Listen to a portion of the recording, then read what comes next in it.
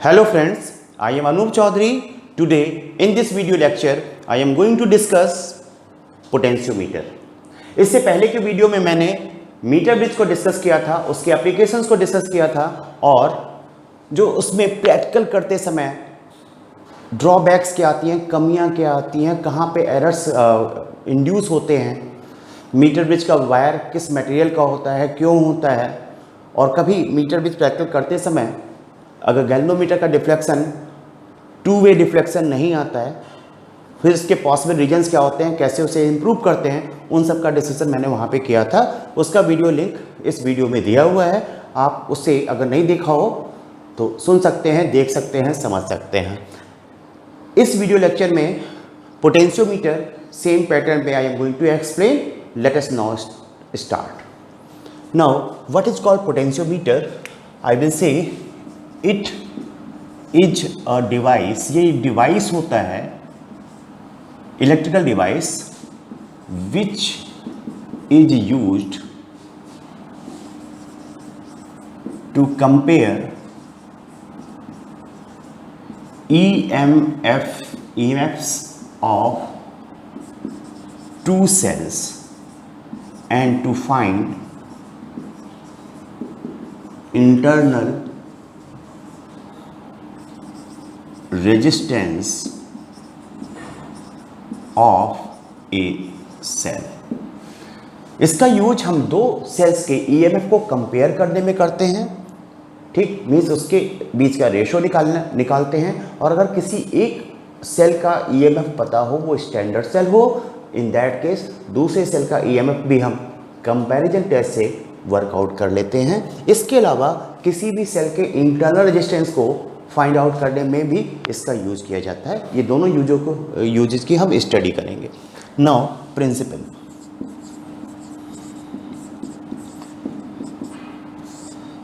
इसकी प्रिंसिपल को समझने से पहले कुछ चीज़ें यहाँ पे मैं बताऊंगा। वीडियो को आप लास्ट तक देखिएगा, वीडियो ज़्यादा प्रॉफिटेबल आपके लिए होगा, ठीक। बीच में अगर आप उठ जाते हैं और दोबारा वीडियो इंटरमीडिएट वे में देखते हैं तो वीडियो का वो प्रॉफिट आपको नहीं मिलता है। प्रिंसिपल हमें पता है, किसी भी रेजिस्टेंस के लिए V equal to R I, ठीक, ओम्स लॉ। R को rho L by A into I, इसको अगर हम ऐसे लिखें rho I by A into L. If rho I by A is constant, then V proportional to L. ये basically इसका principal है। उसका मीनिंग क्या है, और ये जो कांस्टेंट से कई बार हम जो गलतियां कर लेते हैं वो हमें समझ में आना चाहिए। हमारे पास अगर ये कांस्टेंट है तो ये ध्यान रखें, रो कांस्टेंट होना चाहिए, मीन्स टेम्परेचर, प्रेशर एक्सेट्रा ये कांस्टेंट होना चाहिए, physical state, physical conditions constant होना चाहिए। ए कांस्टेंट होना चाहिए, मीन्स कंडक्टर या potentiometer wire uniform cross section का होना चाहिए। And I equal to constant, ये सभी चीज़ें होनी चाहिए। मीन्स इसमें हमें एक बात का ध्यान रखा है कि जो करंट फ्लो कर रही है एक्सपेरिमेंट को परफॉर्म करते समय, वो करंट हमेशा कांस्टेंट रहना चाहिए। जो एटमॉस्फेरिक कंडीशंस हैं, सराउंडिंग एटमॉस्फेयर है, वो कांस्टेंट होना चाहिए, उसमें कोई चेंज नहीं आना चाहिए, अदरवाइज हमारा एक्सपेरिमेंट गलत हो जाएगा। तो ये सब चीज़ें हैं। रो आई अपॉन ए को केवल कांस्टेंट कह देना काफ़ी नहीं है, तीनों चीज़ें अलग अलग कांस्टेंट होना चाहिए, अदरवाइज रिजल्ट गलत हो जाएगा।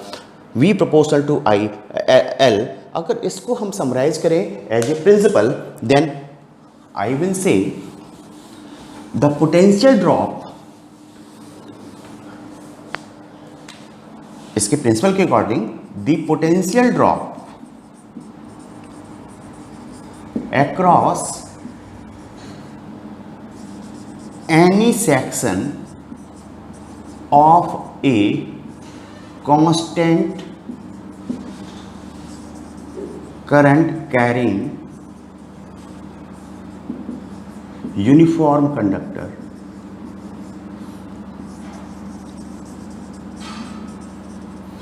is directly proportional to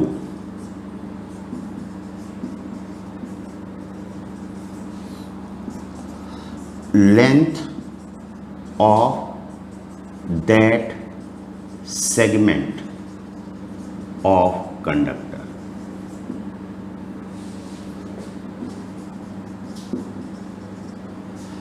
That is V proportional to L, जो इससे पहले हमने देखा था।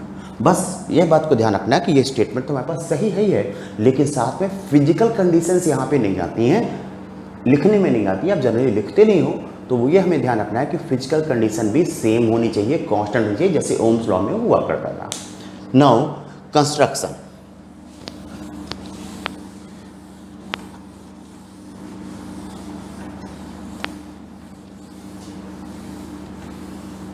Construction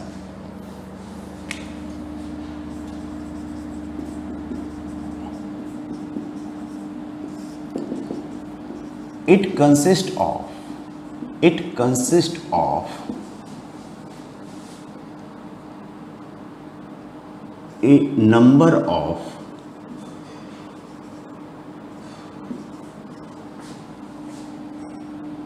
one meter long segment of a uniform conductor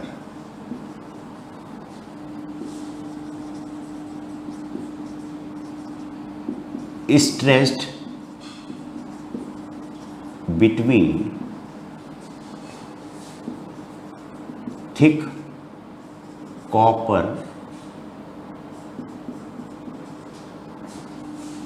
strips of low resistance।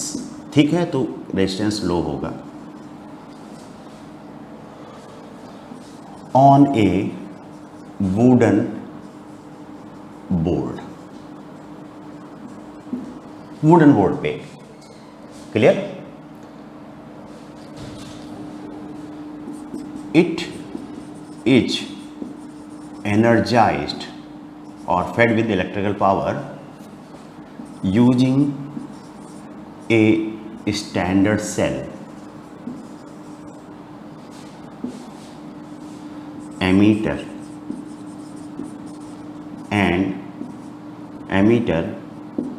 variable resistor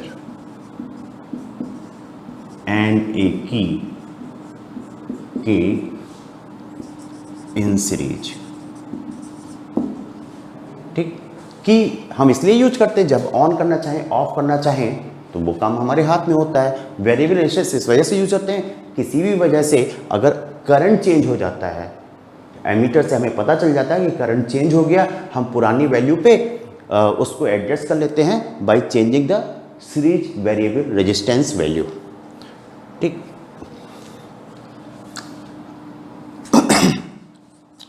the cells or cell is connected to terminal A and a bi-deflection galvanometer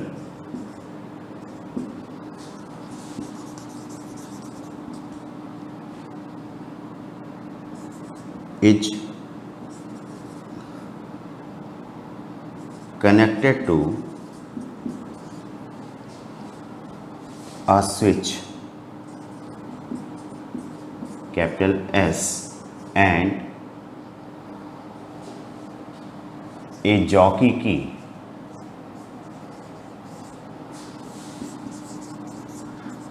which slides over potentiometer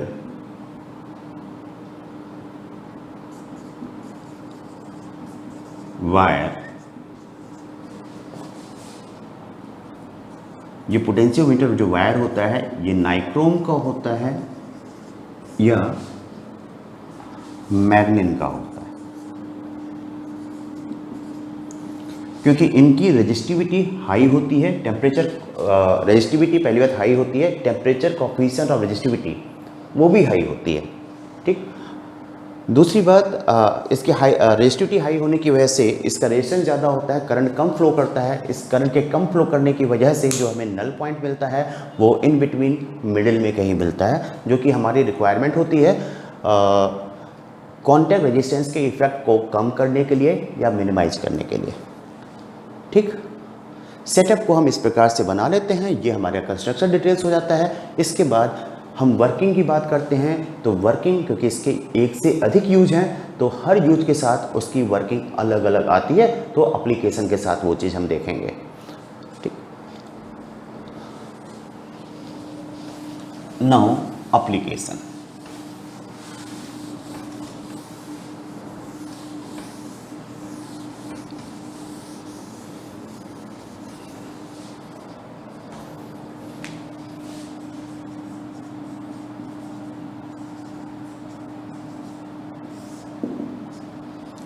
Number 1, to compare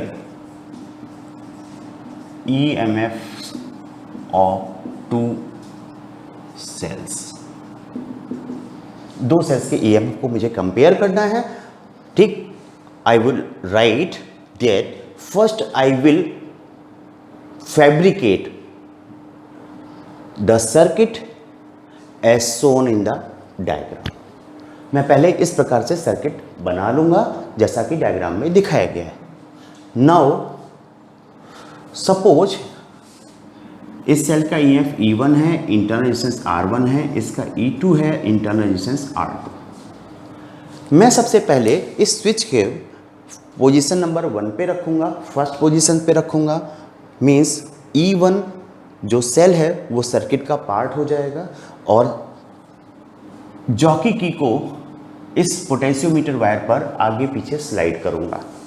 जिस point पे galvanometer zero deflection show करने लगेगा वही मेरा null point होगा।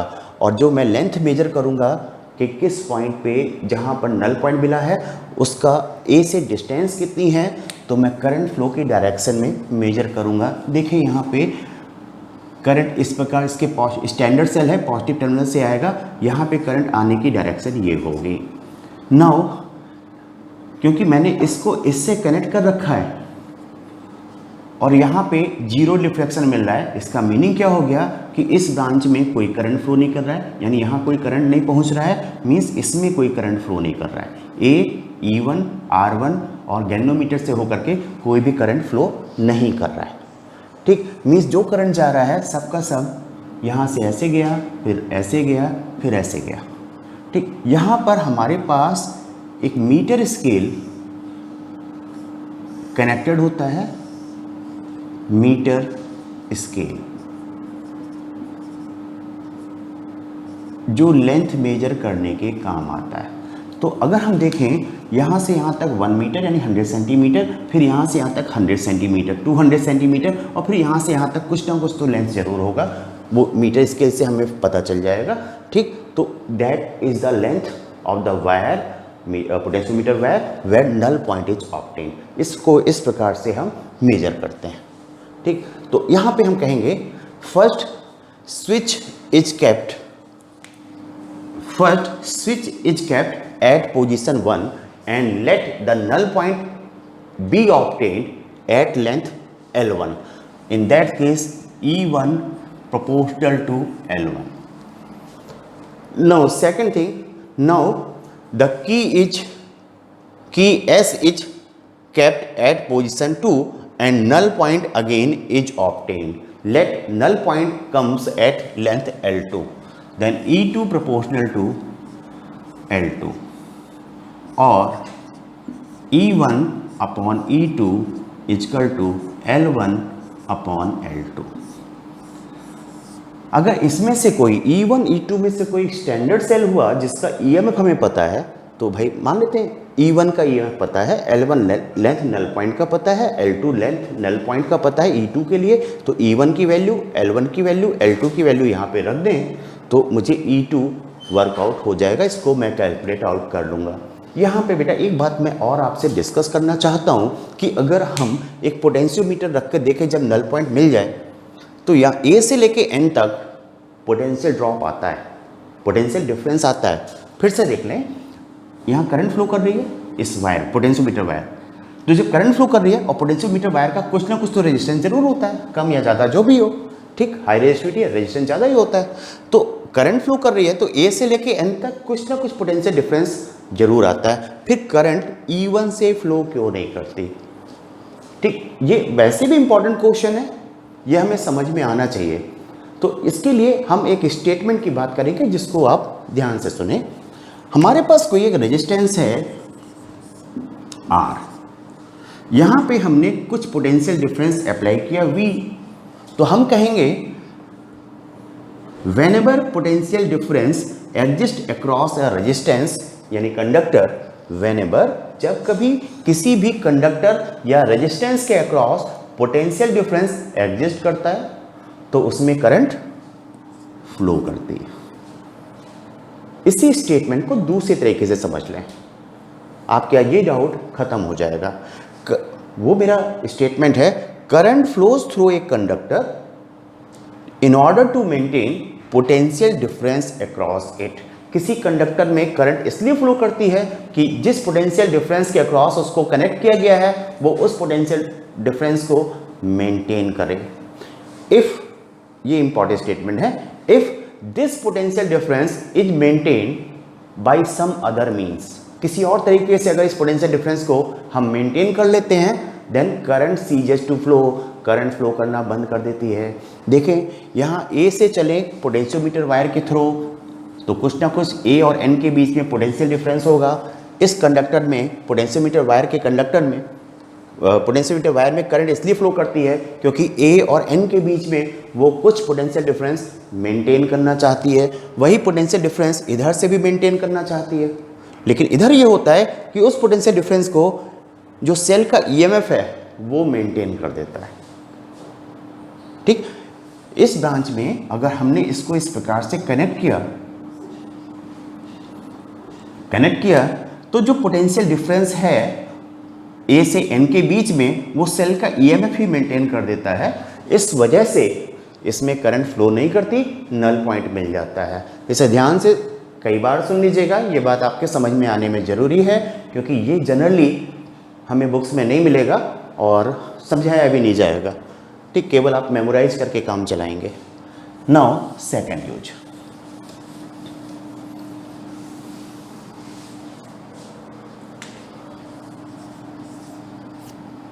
To find internal resistance of a cell. Cell के internal resistance को find out करने के लिए जो सर्किट डेवलप किया जाता है वो कुछ इस प्रकार से।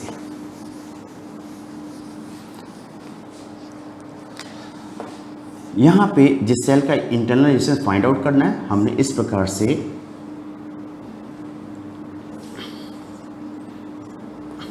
ये इसका ईएमएफ ई है, इंटरनल रेजिस्टेंस आर है, और एक शंट रेजिस्टेंस, पैरेलल रेजिस्टेंस जिसको मैं एस से डिनोट कर रहा हूँ, मैं कनेक्ट कर रहा हूँ, और यहाँ पर एक की कनेक्ट कर रहा हूँ।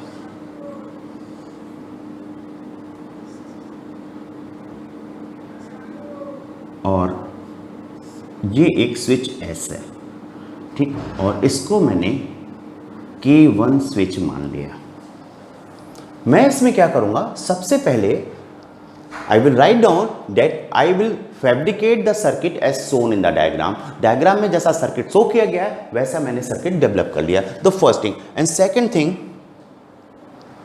मैं पहले स्विच S को क्लोज करूंगा जबकि K1 को ओपन करूंगा। Means let L1 be the length of null point, length of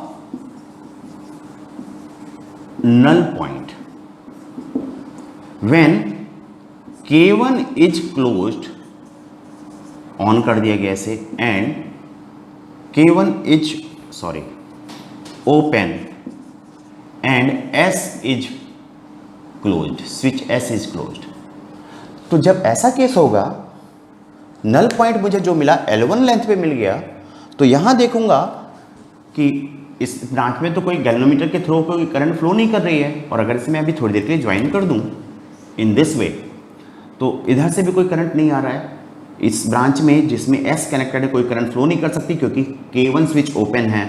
इधर से कोई करंट अगर आ रहा होता तो गैल्वेनोमीटर से जरूर पास होता, मीन्स सेल से भी कोई करंट फ्लो नहीं कर रहा है।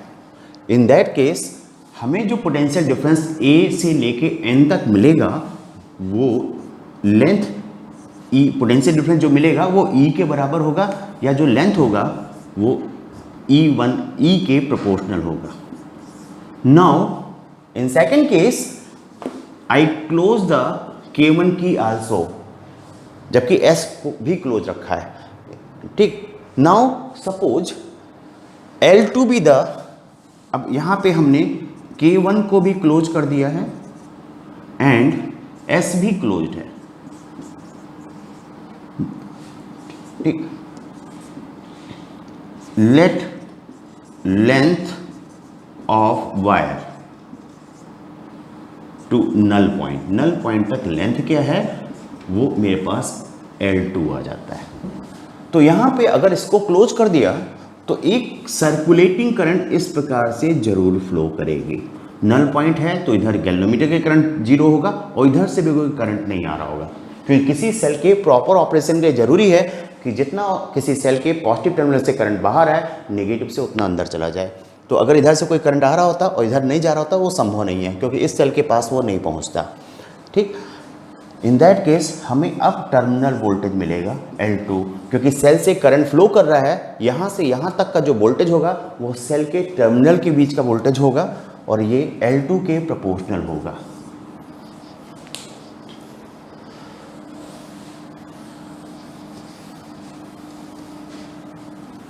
नाउ इक्वेशन नंबर 1 एंड 2 से E upon V equal to L1 upon L2,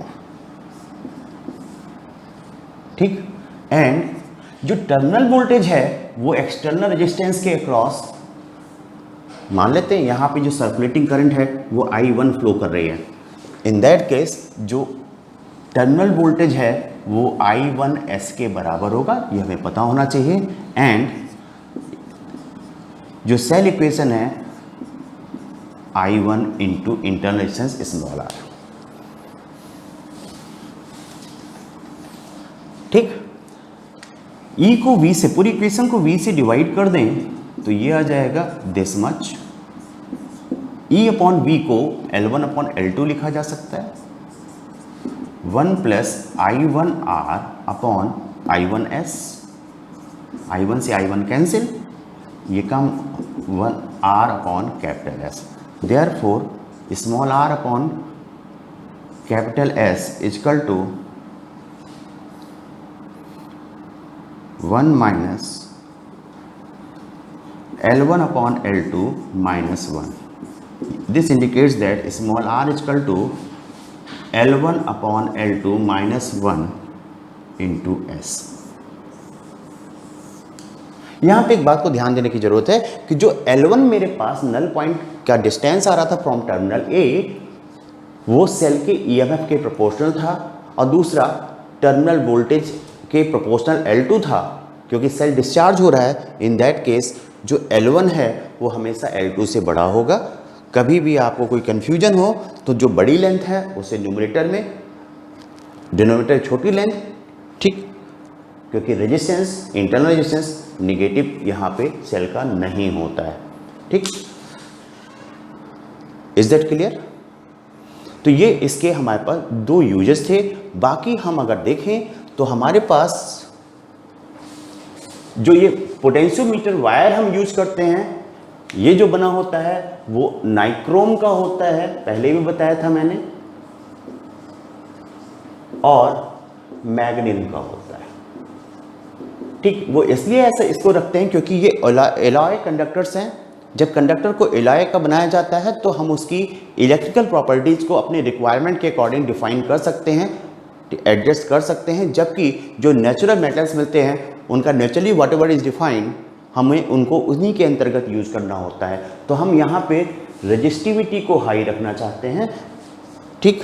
इनका रेजिस्टिविटी हाई होती है, साथ में टेम्परेचर कोएफिशिएंट ऑफ रेजिस्टिविटी ये भी हाई होती है, ठीक। दूसरी बात, हम यहाँ पे कभी भी ऐसा हो जाए कि अगर गैल्वेनोमीटर का डिफ्लेक्शन यहाँ पे मूव कराने पे ए पॉइंट पे रखा जॉकी की को, तो डिफ्लेक्शन किसी एक डायरेक्शन में था, फिर बढ़ाते गए इस प्रकार से बी पॉइंट पे रखा, ठीक, तो होना ये चाहिए ए पॉइंट पे रखा तो डिफ्लेक्शन अगर लेफ्ट हैंड की तरफ आ रहा है तो बी पॉइंट पे रखने पे राइट हैंड की तरफ आना चाहिए। अगर ऐसा नहीं होता है तो कहीं ना कहीं कनेक्शन मेरा गड़बड़ है, कहीं ना कहीं कनेक्शन मेरा गड़बड़ है, क्योंकि कनेक्शन अगर कहीं पे लूज कनेक्शन होगा, हो सकता है कि वहाँ पे कॉन्टैक्ट रेजिस्टेंस अधिक हो जाए, या ऐसा हो सकता है कि वहाँ से सर्किट दिखाई तो दे कि क्लोज्ड हो गया है, क्योंकि आपने वायर को लपेट दिया है। वायर के ऊपर इंसुलेटर की एक थिन फिल्म आती है, तो ये अगर थिन फिल्म आपने नहीं छुड़ाया है, इसको स्क्रैच आउट नहीं किया है, तो उस समय जो फिजिकली आपको दिखाई देगा कि connection is okay, electrically insulation की वजह से कनेक्शन नहीं बना होगा, उस केस में गैल्वेनोमीटर से करंट हमेशा एक ही डायरेक्शन में। अगर किसी केस में ऐसा जाए कि करंट फ्लो ही ना करे, तो यहाँ से लेके यहाँ तक, ठीक, यहाँ से लेके यहाँ तक कहीं ना कहीं जो कनेक्शन है वो ओपन है। सभी कनेक्शंस को दोबारा ओपन करिए वन बाय वन, और उनको एक नाइफ की सहायता से छील करके उसका इंसुलेशन हटा करके दोबारा रिकनेक्ट करिए, प्रॉब्लम नहीं आएगी, ये सही हो जाएगा। जो प्रैक्टिकल वाइवा में क्वेश्चन पूछा जाता है वो इसका प्रिंसिपल पूछ लिया जाता है, ये वायर पूछ लिया जाता है, कई बार इसको दिखा करके पूछ लिया जाता है, कलर बेसिस एक छोटा सा पार्ट आपको दिया जाता है कि ये वायर का सब्सटेंस क्या है, ठीक, ये समझ में आ रहा है ना। इतने ही क्वेश्चंस यहाँ पे आते हैं।